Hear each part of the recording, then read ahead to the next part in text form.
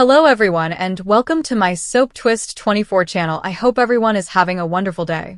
Before we begin, please hit the subscribe button and give this video a thumbs up. Luna stood in the dim light of the precinct's holding cell, her wrists aching from the cold bite of handcuffs.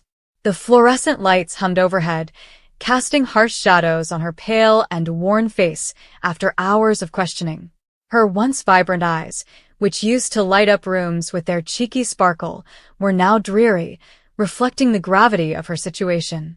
She slumped against the concrete wall, her breathing shallow, her mind a jumble of sorrow and incredulity. How had things gotten to this? How had her life, once so full of potential, devolved into this state of absolute despair? The events of the previous several weeks replayed in her head like a broken reel of film, each frame more terrible than the last. It all began with Lee, her partner in crime, literally, as it turned out. Lee, with his smooth-talking charm and reckless ambition, had drawn her into a world she never imagined she'd be in. It was not intended to be like this. It was supposed to be a quick employment, a method to clear debts and start again. But suddenly she was jailed, her name splattered over headlines, and her future teetered on the brink of disaster. And then there was Will, the man she loved, the man whose 5 words had shattered her last hope. Luna met Lee 6 months ago in a seedy bar on the outskirts of town. She'd been drowning her sorrows in cheap whiskey, healing the wounds after yet another argument with Will. Their relationship had been strained for months, exacerbated by her late-night disappearances and growing suspicion. Will was a stable, dependable man who planned for the future: marriage, children, a house with a picket fence. Luna, on the other hand, was like a wildfire, burning brightly yet hard to contain. She adored Will, but she also desired independence and adventure, anything other than the predictable existence he envisioned. That is where Lee came in. Lee stepped into the bar stool next to her that night, his black eyes gleaming with a menacing assurance. He gave her a drink, listened to her complaints about Will, and then, with a sneaky smile, offered her an exit. "Do you want to live a little?" he remarked, his voice low and inviting. "I have a job. Easy money. In and out." Luna should have left. She should have noticed the red flags in Lee's too-perfect grin and the way he avoided queries about the facts. But she was tired of fighting Will, of scraping by, and of feeling as if her life was slipping away from her. So she said yes. Lee said that the work was simple. A simple theft at a jewelry store with insufficient security. They divide the proceeds, pay off their bills, and then disappear into new lives. Luna did not ask too many questions. She did not want to know the whole scope of what she was getting into. Maybe that was her first mistake, trusting Lee and assuming he had her back. They carried off the heist with startling ease, sneaking in under the cover of darkness, deactivating the alarms, and strolling away with a bag full of sparkling diamonds. For a brief time, Luna felt vibrant and invincible, as if she had finally seized control of her destiny. But everything unraveled so rapidly. The cops were waiting for them 2 streets away, their sirens slashing through the darkness like a dagger. Someone had tipped them off. Lee cursed under his breath as they were handcuffed and pushed into the back of a cop car, but he didn't appear startled. Luna, on the other hand, was paralyzed from shock. Her heart hammered as she grasped the gravity of her actions. She wasn't just a girl who had made a stupid decision. She was now a criminal, with her name linked to a crime that would haunt her for the rest of her life. The questioning room was where things turned bad. The detective across from her was unrelenting, his inquiries crisp and unwavering. "Who planned this? Who does Lee work for? Why did you do this, Luna?" She kept her tongue shut, not out of loyalty to Lee, but because she didn't have the answers. Lee had kept her in the dark about so much, and now she was suffering the price for her inexperience. Hours passed, her head spinning as she thought about Will. He didn't know where she was or that she had been detained. She hadn't called him yet, too ashamed to confront his displeasure. But she couldn't avoid him indefinitely. When they eventually allowed her to make a call, her hands trembled as she dialed Will's number. It rang once, twice, 3 times before he answered. "Luna? Where in the hell are you?" His voice was a mix of fear and exasperation, a tone she'd heard far too often. She gulped hard, her throat stiff from unshed tears. "I'm at the precinct," she said, her voice barely audible. "I got arrested." There was a long pause on the other end, which felt heavy enough to crush her. When Will finally spoke, his tone was chilly and distant. "Arrested? For what?" She couldn't force herself to speak the words. "Could you please come down here? Please?" He didn't say anything else and hung up.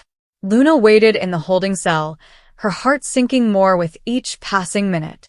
She tried to hold out hope that Will would understand and support her, but deep down she knew better. Will was a principled man who saw right and wrong as black and white. She had crossed a line, and there was no turning back. When Will arrived at the precinct, Luna was taken to a small, antiseptic visitation room. He stood on the opposite side of the glass, arms crossed and jaw taut. He appeared older than she remembered, as if the weight of her actions had aged him in the course of a few hours. She picked up the phone, her heart beating, but he made no effort to do the same. Instead, he just stared at her, his gaze seeking her face for something, an explanation, perhaps the girl he used to know. Finally, he picked up the telephone. "What have you done, Luna?" His voice was low and controlled, but it had a sharp edge that made her stomach churn. "I made a mistake," she said, her voice shaking.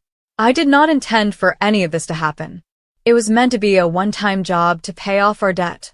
Us." He interjected, his gaze tightening. "Who are we?" She paused, knowing that telling the truth would only make matters worse. "Me and Lee." Will's expression clouded. "Lee. What about the guy from the bar? Who is the one you've been sneaking off with?" "It's not like that," she replied hastily, but the words rang hollow even for her. She hadn't cheated on Will in the way he expected, but she had betrayed him anyway. She had kept secrets, made decisions behind his back, and now she was paying the consequences. Will pushed in closer to the glass, his voice reduced to a whisper that cut deeper than any yell could. "You threw it all away." Those 5 words hung in the air, sharp and definitive, like a guillotine dropping. Luna's breath froze in her throat, and her vision blurred with tears. She wanted to fight and beg him to understand, but the expression in his eyes told her that it was too late. He was finished. "Will, please," she said, but he shook his head and put the phone down with a gentle click. He turned and walked away, his shadow disappearing behind the big metal doors.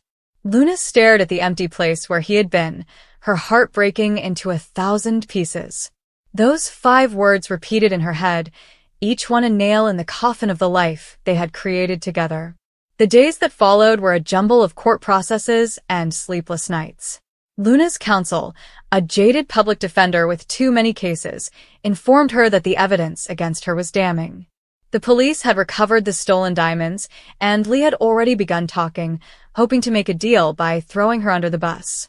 "He says you were the mastermind," the lawyer stated, his tone matter-of-fact. Luna wanted to chuckle at the silliness, but all she could muster was a choking sob. Mastermind? She had been a pawn, too desperate and trusting to recognize the truth. Her trial was scheduled for 3 months from now, but the outcome seemed predictable. The prosecution had a strong case, and Luna had no defense, alibi, or method to show she wasn't the person they were portraying her to be. The media did not help. The local news reported on the jewelry store heist, complete with grainy security footage of her and Lee. Her face was everywhere, and her name was associated with betrayal and crime. Old buddies stopped calling. Her family, the little she had left, withdrew themselves. Will was gone. She attempted to contact him, leaving voicemails that went unheard and sending letters that were returned unopened. She wanted to explain, to tell him she hadn't meant to hurt him, but she didn't know how. She didn't even understand herself. How had she allowed herself to slip so far? How did she go from a girl dreaming of attending art school and living with Will to a criminal facing years in prison? The nights in her confinement were the most difficult. The silence was oppressive, punctuated only by the occasional clank of metal or the distant sound of another inmate crying. Luna would lie on the narrow mattress, staring at the ceiling, repeating the events that had brought her here. She remembered meeting Will for the first time in a downtown coffee shop.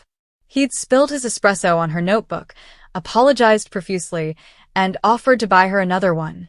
They'd laughed about it, and that laughter had led to late-night chats, shared dreams, and a love that felt strong enough to withstand any challenge. But it had not. It couldn't resist her decisions, her carelessness, and her desire to flee the life she'd felt bound in. She also thought of Lee, and the rage that flared in her chest when she imagined his face. He had used her, exploited her vulnerabilities, and then abandoned her when things went wrong. She loathed him, but she hated herself even more. She had an option, and she picked incorrectly. She'd chosen the thrill of the moment over the security of her future, and now she's paying the consequences.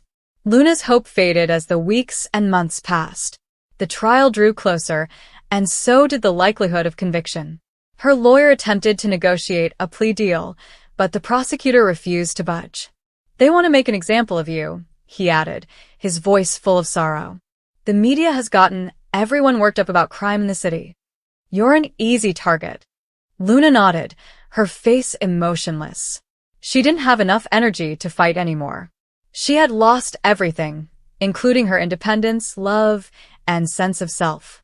The girl she had been had vanished, replaced by someone she didn't recognize. She spent her days in a fog, going through the motions and answering questions as they came, but she was hollow on the inside.